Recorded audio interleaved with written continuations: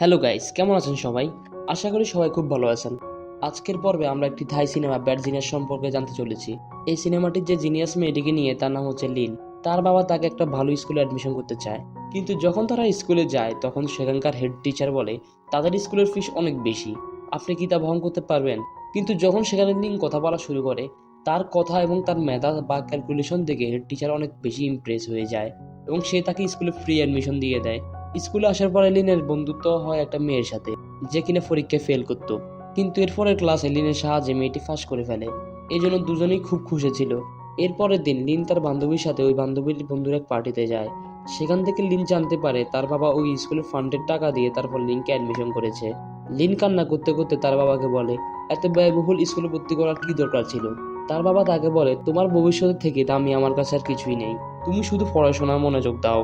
তার পরের দিন মায়ের জন্মদিন আসে, আর লিন তাকে মনে করে পিয়ানো বাজাতে থাকে, কারণ তার মা ছিল না। তখন তার মাথায় একটা আইডিয়া আসে, ক্লাসের যত খারাপ ছাত্র আছে যারা সবসময় ফেল করে, লিন তাদের সবাইকে হেল্প করতে চায়। এই জন্য সবাইকে সে ডাকে এবং পিয়ানো বাজানোর সময় দেখায়, যদি আমি আঙ্গুল এইভাবে রাখি তার মানে হচ্ছে এটার অপশন এ, আর এভাবে রাখলে বি, আর এভাবে রাখলে সি, আর এভাবে রাখলে ডি। তারা হাতের আঙ্গুলের ইশারা মনে রাখে এবং এরপর যখন এক্সাম আসে লিন পরীক্ষার্থীদেরকে সহায়তা করে, আর এইভাবে ক্লাসের সবাই অনেক ভালো মার্ক পায়। কিন্তু এরপর যখন রেজাল্ট আসে তখন লিন যথারীতি ফার্স্ট হয়েছে, আর দ্বিতীয় হয়েছিল ব্যাং নামে একটা ছেলে। এতে হেডমিস্টার খুব খুশি হয় এবং হেডমিস্টার বলে আমাদের স্কুলে একটি অফার এসেছে, আর আমরা যে কোনো একজনকে সিঙ্গাপুরে স্কলারশিপে পাঠাতে পারবো। তবে যেহেতু যে কোনো একজন যেতে পারবে, আমরা দেখতে চাই তোমাদের মধ্যে কে বেস্ট হয়, এবং তার উপর ভিত্তি করে আমরা সিঙ্গাপুরে স্কলারশিপে পাঠাবো। তো একদিন ব্যাংকের কাছে তার এক বন্ধু আসে এবং তাকে বলে, ব্যাংক তুমি কি তোমার বইটা আমাকে দেবে, কারণ তুমি অনেক ভালো নোট করতে পারো। কিন্তু ব্যাংক বলে আমার নিজেরই পড়তে হবে। তখন ছেলেটি রেগে বলে তুমি কখনোই কাউকে সাহায্য করো না, কিন্তু লিন নতুন হয়েও আমাদেরকে সাহায্য করে এবং কি এক্সামেও আমাদেরকে হেল্প করে। এটা শুনে ব্যাংক পরবর্তী এক্সামে লিনকে খেয়াল করতে থাকে। লিন আসলে সবাইকে সাহায্য করে। এরপর লিন যখন পরীক্ষা দিয়ে বের হয় তখন হেডমিস্ট্রেস তাকে অফিসে ডাকে। লিন যখন ভিতরে যায় তখন হেডমিস্ট্রেস তাকে জিজ্ঞেস করে তুমি কি চিটিং করতে এখানে এসেছো? আর তার বাবাকে বলে আপনার মেয়ে সবাইকে চিটিং করে ফাঁস করাচ্ছে, এবং লিনের বাবাকে অনেক কথা শোনায়। এরপর তারা সেখান থেকে বাড়ি চলে আসে, আর বাড়িতে আসার পর লিন তার বাবার কাছ থেকে ক্ষমা চায়। তো একদিন লিনের বান্ধবী তাকে কল করে এবং তাকে একটা হোটেলে ডাকা হয়, এবং সেখানে এক বিশাল ধনী লোকের সাথে কথা বলে। লোকটি বলে আমার ছেলে একটা ইন্টারন্যাশনাল পরীক্ষা দেবে, আর আমি চাই তুমি আমার মেয়েকে ওই পরীক্ষায় সাহায্য করো, এর বিনিময়ে তোমাকে 10 লক্ষ টাকা দেওয়া হবে। কিন্তু লিন তাকে সরাসরি মানা করে চলে আসে। কিন্তু লিন যখন হোটেল থেকে বেরিয়ে যাচ্ছিল তখন সে সেখানে অনেকগুলো ঘড়িতে আলাদা আলাদা দেশের টাইম দেখে, এবং দেখে প্রত্যেকটা দেশের টাইমই আলাদা। আর তখনই লিনের মাথায় একটা বুদ্ধি আসে। সে ভাবে তার বন্ধুরা যে পরীক্ষা দিতে যাচ্ছে পুরো দুনিয়া একই প্রশ্নের উপর পরীক্ষা দেওয়া হবে, এবং সব দেশে একই সময়ে পরীক্ষা দেওয়া হবে। তার মানে বাংলাদেশে যদি 10টা হয়, সে পরীক্ষা ভারতেও 10টাই হবে। যে দেশে আগে পরীক্ষা হবে সেখানে পরীক্ষা দিয়ে যদি প্রশ্নের উত্তরগুলো নেওয়া যায়, তাহলে যারা অন্য দেশে পরীক্ষা দেবে তাদেরকে হেল্প করা যাবে।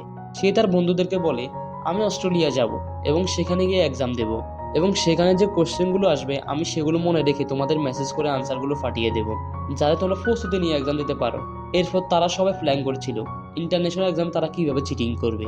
তো তারা একটা গ্রুপ তৈরি করে এবং ওই গ্রুপের লিডার হয় সেই ধনী ব্যক্তিটির ছেলে। তো ছেলেটির প্রেজেন্টেশন সবাইকে বলতে থাকে আমার কথা মনোযোগ দিয়ে শুনবে।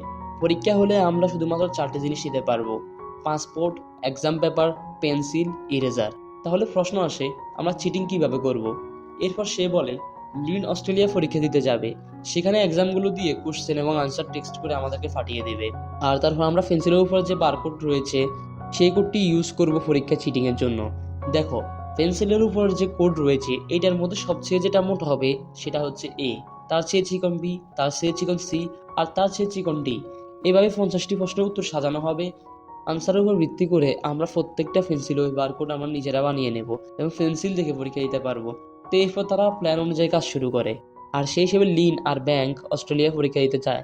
এই পরীক্ষা মোট 3টি ব্রেক দেওয়া হয়। প্রথম ব্রেকে ব্যাংক, দ্বিতীয় ব্রেকে লিন সবগুলো আনসার ওয়াশরুমে গিয়ে বন্ধুদেরকে মেসেজ করে দিয়ে দেয়, আর যখন তৃতীয় ব্রেক হয় তখন ব্যাংক ওয়াশরুমে গিয়ে একটু বেশি সময় দেরি করে ফেলে, যে কারণে সে ধরা খেয়ে যায়। এরপর লিন কায়দা করে সেখান থেকে বেরিয়ে যায় এবং তৃতীয় সেকশনের সমাধান পাঠিয়ে দেয়। লিন তো বের হতে পেরেছে, কিন্তু ব্যাংকের কি হয় তা আমাদেরকে আর দেখানো হয়নি।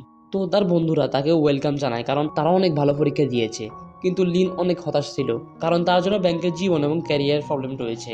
তো অনেকদিন পর লিন এমনি এমনি ব্যাংকের বাড়িতে আসে, আর দেখে বাড়ির সামনে বাইক এবং সাথে অনেক দামি দামি জিনিস রয়েছে। সে ভাবে ওরা হয়তো ওই জায়গাটা বেচে দিয়েছে, কিন্তু তখনই সে সেখানে ব্যাংকে দেখতে পায় এবং ব্যাংক তাকে বলে, আরে চিন্তার কোনো কারণ নেই, তাদের ভুলভাল বুঝিয়েছি আমি, যার কারণে তারা আমাকে সাধারণ ক্ষমা করে দিয়েছে। আর তারপর সে একটা নোটিশ দেখায় আর বলে আরেকটা ইন্টারন্যাশনাল এক্সাম হবে, আর এখান থেকেও আমরা লাখ লাখ টাকা কামাই করতে পারবো। তখন লিন বলে, ব্যাংক, না, আমরা অনেক ভুল করেছি, আর ভুল করতে চাই না। তখন ব্যাংক লিনকে ব্ল্যাকমেল করে বলে, তুমি যদি আমার কথায় রাজি না হও তাহলে আমি সবকিছু সবাইকে বলে দেব। কিন্তু লিন তার কথায় রাজি হয় না এবং সেখান থেকে চলে যায়। আর সিনেমার শেষে আমরা দেখি লিন কোন এক পুলিশ অফিসারের সামনে জবানবন্দি দিচ্ছে, বলছে আমি ইন্টারন্যাশনাল এক্সামে চিটিং করছি, মানে সবকিছু সে বলে দিচ্ছে। তার মানে হচ্ছে সে তার ভুল বুঝতে পেরেছে এবং সেজন্য সে অনেক লজ্জিত ছিল। আর এখানেই সিনেমাটা শেষ হয়ে যায়।